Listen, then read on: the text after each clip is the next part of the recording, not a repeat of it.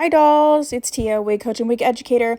I did this rooting for a client and I thought I would go ahead and not only record it but do a step-by-step voiceover tutorial.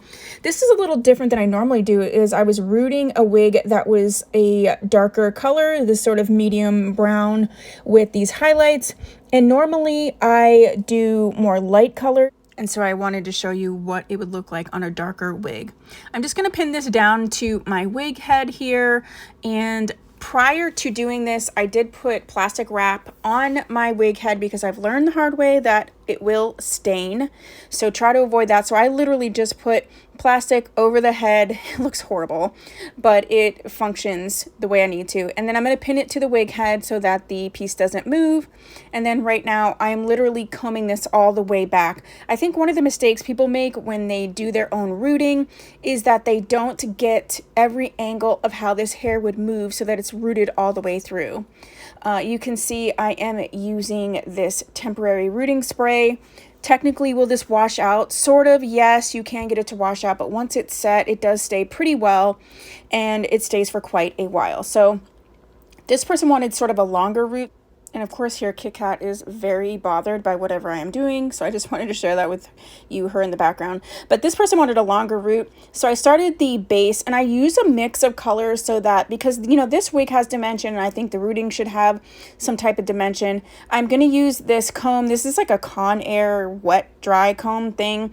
I'm using this comb. I also learned the hard way that those types of combs do stain. So that is the one I use for rooting all the time. And now I'm going through and getting some of the spots that I didn't get the first pass through. So I'm just going to continue to sort of move this hair around, comb the product through, and fill in where it's necessary. So now I'm going to bring in the darker of the two colors. I had set down the base with the lighter color, and then that way if I really, needed to make any corrections, it wouldn't be as difficult. So you can definitely see that this is a bit darker, and so I'm getting right at the base of the root and the lace and really getting this color in here. And you see now I'm just going to comb through sections. It is really important to sort of comb this product through so that you don't get tons of buildup in one place. And I'm just going to continue to work until it looks uniform and really nice. So again, I'm just going to keep combing this through, spraying, combing this through, and spraying.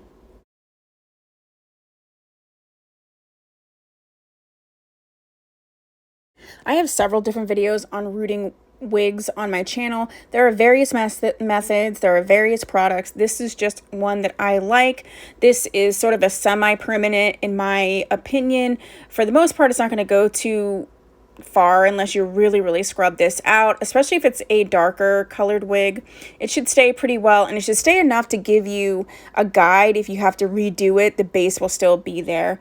This is just so important. I've already said it once and I'm going to say this again. As you move this around, especially this particular wig is a monofilament, so it's meant to move more naturally. And so you do want to move your wig head around, move the wig around, move the hairs around so that you don't have any like obvious gap in the color, especially if it's a lighter colored wig, because it's really going to be noticeable. So again, I'm just moving this through.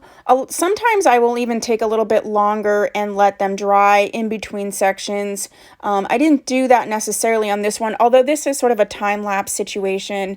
But what I really, again, am saying is I'm just going to go over and over and over, make sure there's no holes, and then I will let this dry. I find that people often forget to get this section here, which is down close to the ear tab, and also making sure when you're doing rooting that you're doing it all the way through. You can always tell an older wig when it is a rooted wig and it sort of just like stops on the sides and it's not rooted all the way through and all the way around from sort of ear to ear. If your natural bio hair was growing out from you coloring it and you had this rooting, it would be uniform from, sort of all the way around the head. So I really make sure to get as much of that as possible so that as this wig moves, it's not going to be like, oh, all of a sudden there's just like a whole section behind the ear that's not rooted. And that's really it. You can see it sort of coming together. I'm just gonna, touch up any place that I might have missed, but this is how you would put roots on a darker colored wig. Please subscribe if you haven't, and I will see you in the next video, voiceover, regular video, any of them. Bye!